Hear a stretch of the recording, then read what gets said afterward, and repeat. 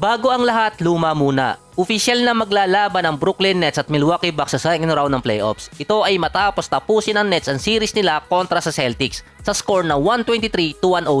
Si Kevin Durant ay umiscore ng nasa 24 points, si Kyrie ay meron din 25 points at itong si James Harden ay nakapagtala naman ng triple-double na 34 points, 10 rebounds at 10 assists. Kasama pa doon ang 10 out of 11 mula sa free throw area.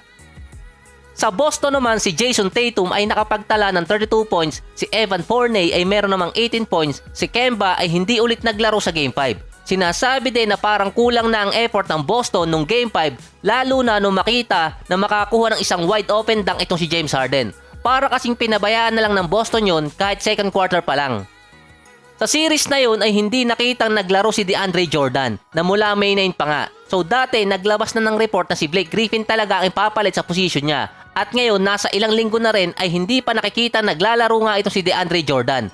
Wala namang reported na injury ito pero mostly rotation lang talaga naging dahilan ng Nets kaya hindi siya naglalaro. Sa Celtics naman, dahil nga sa nangyari sa kanila ngayong first round ay magiging question dyan kung si Kemba ba ay malilipat na this offseason. Na bago magsimula pa yung 2021 season ay nagkaroon nga ng balita na matitrade nga ito. At ngayon, ito na yung ikalawang season niya na naging dahilan talaga yung kanyang knee injury. Papasok naman ng series kontra sa Bucks ay wala pang initial report ulit kung makakalaro nga ba ito si Spencer Dinwiddie na noong April ay nilabas yung report na posible siya makalaro sa postseason. Na ngayon mahigit isang buwan na yun pero wala pa ring report kung si Dinwiddie nga ay makakapaglaro at nang nasa post nga niya ay hindi pa talaga guaranteed. Yung laban ng Bucks at Nets ang isa talaga sa matinding matchup sa second round dahil makakalaban ng Milwaukee Bucks ang Brooklyn Nets sa 7-game series na kumpleto yung Big 3, sina Harden, KD at Kyrie. Ang sinasabi pa nga ng mga analyst ay paano ika-counter yung size advantage ng Bucks kontra dito sa Nets. Si KD, Harden at Kyrie ay kayang umiscore sa beyond the arc. Si Giannis naman ay may problema sa kategory na yon. Pero ang poproblemahin naman ng Nets ay itong si Giannis at si Brook Lopez sa loob ng paint. Sa dahilan nga itong si DeAndre Jordan ay hindi pa nga nakakalaro since May 9. Or babaguhin ba ulit ng Brooklyn Nets ang kanilang rotation at ipapasok itong si Jordan? Pangalawa, mas mature ngayon ang Bucks dahil hindi na nga nagre-wrestling itong si Giannis. So baka ma-misinterpret nyo. Yung sinasabi kasing dahilan last season kaya nagka-problema sila sa bubble ay maraming distraction dito kay Giannis na hindi talaga siya nakapokus. Ngayon iba na. Lumalabas kasi na mas effective si Holiday kumpara dito kay Bledsoe. Tapos yung mga role players pa ng Bucks. Sa ngayon ay wala pa namang schedule kung kailan magsisimula ang second round ng playoffs pero ang maganda doon ay magkakaroon ng mahabang pahinga ang Nets dahil may tatapusin pang series sa East, ang Sixers versus Wizards at Knicks versus Hawks. Sa susunod naman laban ay yung sa pagitan ng Nuggets at Blazers. Umabot yon sa dalawang overtime na nakuha ng Denver yung panalo sa Game 5 at lamang na sila sa series. So babalik sila ngayon sa Portland para sa Game 6 na ang mangyayari ay twice to beat na ang Denver. So analogy yun, ibig sabihin isa na lang ang kailangang panalo ng Denver at ang Portland kailangang manalo ng 2 beses. Meron ng pagkakataon na i-close out ang Denver ang series na yon sa Game 6. Pero ang masasabi namang consolation prize para kay Damian Lillard sa game na yon ay nakapagtala siya ng record sa isang playoff game na may pinakamaraming 3-point shot. Si Damian Lillard ay merong 55 points, 10 assists at 12 out of 17 mula sa 3-point area. Ang nasa record kasi ay ito si Klay Thompson na merong 11 3-point shot noong 2016 sa Game 6 sa Conference Finals sa OKC. Kaya nga noon siya tinaguri ang Game 6 Klay na sana ay magiging Game 6 Dame. Kaso natalo nga dito ang Portland kontra sa Denver. Sa Portland, usual rotation pa rin ang ginagamit nila. Halos nasa 8 players lang na nasa more than 10 minutes. Si CJ McCollum ay nasa 18 points, si Robert Covington naman ay nasa 19 points. Sa Denver, ang ginagamit nila kasing rotation ay ibang-iba kontra dito sa Portland. Kaya malaki ang chance ng Denver na makakuha talaga ng mataas na bench scoring lalo na umiscore pa nga itong si Monte Morris ng 28 points at 4 out of 9 mula sa 3-point area. Si Rivers naman ay ito yung pangalawang game niya na maganda talaga ang kanyang scoring na meron siyang 18 points. Samantala, yung medyo delikado na baka lalong lumala kung makakalusot nga ang Denver sa second round ay itong si Michael Porter Jr. na meron siyang 26 points at 12 rebounds.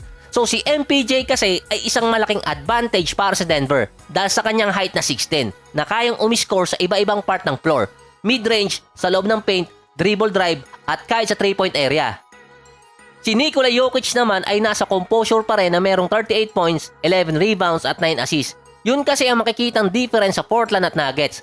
Pa-scorein mo ng malaki si Dame, pigilan mo lang yung kanyang mga ka-teammate. Kapag minala si Dame, mahihirapan din yung iba niyang mga kasama.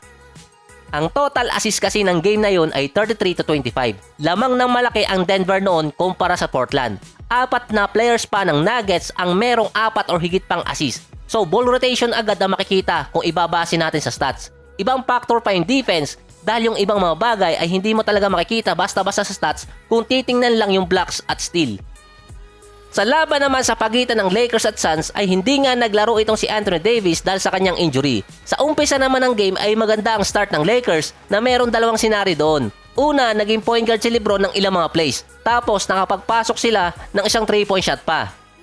Ang problema lang nung palalim na ang first quarter, kung napanood nyo yung game ay maaalala nyo yung sinabi ng isang commentator. Ang Lakers ay meron lang 29% mula sa 3-point area sa series nila kontra dito sa Phoenix Suns.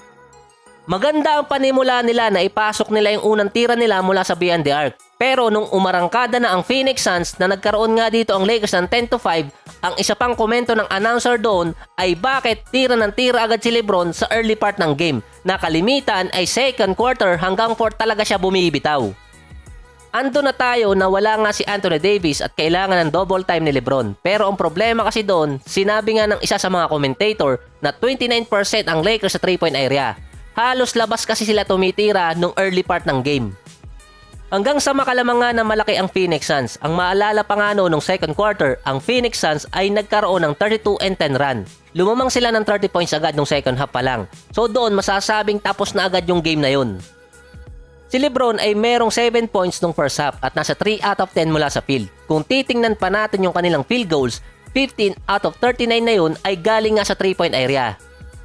Nakaramihan talaga ng tinitira ng LA ay mula sa beyond the arc. Galing pa nga yun sa first quarter. Samantalang ang Suns, si Booker ay meron agad 22 points. Si Cameron Payne naman ay nasa 14 points. At meron silang combine na 4 out of 5 mula sa 3-point area. Nung first half pa lang yun.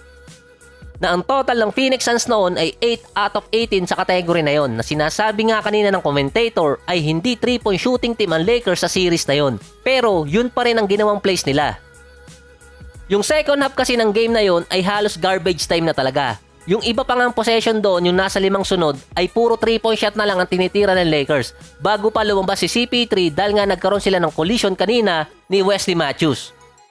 Natapos ang game na yun 115-85. Si Booker ay merong 30 points, si Cameron Payne ay merong 16 points. Si CP3 na nilabas nga nung third quarter ay meron namang 9 points at 6 assists. Sa Lakers naman si LeBron ay merong 24 points at 7 assists. Pero most ng kanyang points ay nasa garbage time na. Si Kuzma ay nakapagtala ng 15 points, samantalang itong si Harrell ay pinalaro ng fourth quarter na meron naman siyang 9 points. Sa Game 6 ay babalik sa home court ng Lakers at wala pang update kung lalaro na nga ba itong si Anthony Davis doon. Pero crucial na game na kasi yun para sa LA dahil pwede nang i-close ng Phoenix Suns yung series. So yan muna ang mga update regarding ngayon sa NBA, particular dito sa Brooklyn Nets, Denver Nuggets at sa Phoenix Suns. So hindi ko na naman alam kung paano tatapusin ang episode na to, kaya ganito na lang, bigla na lang mawawala.